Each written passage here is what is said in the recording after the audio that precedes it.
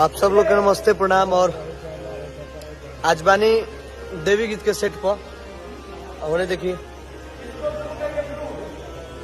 उधर देखिए हम लोगों के पावर स्टार बैठे हुए हैं। इधर देखिए, इनको दिखाते हैं। अमित भी आए हैं, संतोष भी आए हैं, धनु भी आए हैं और हमारे परिकल्पना मौजूद नहीं है लेकिन उनका नाम ले लिया है, दीपक भैया। कुछ बोलिए आप। संतोष, और ये जो ब्लॉग है पीएस ब्लॉग पर भी देख सकते हैं। और पीएस मतलब प्रियांशु सिंह के सिर्फ सोशल मीडिया पे आएगा ये। और देखिए शूटिंग का आनंद कैसे ले रहे हैं हम लोग, दिखाते हैं आप लोगों को। सेट दिखाते हैं, देखिए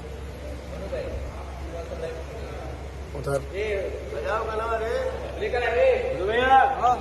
सुबह के 5 बजने वाले हैं। बने रहिए ब्लॉग में। बाय।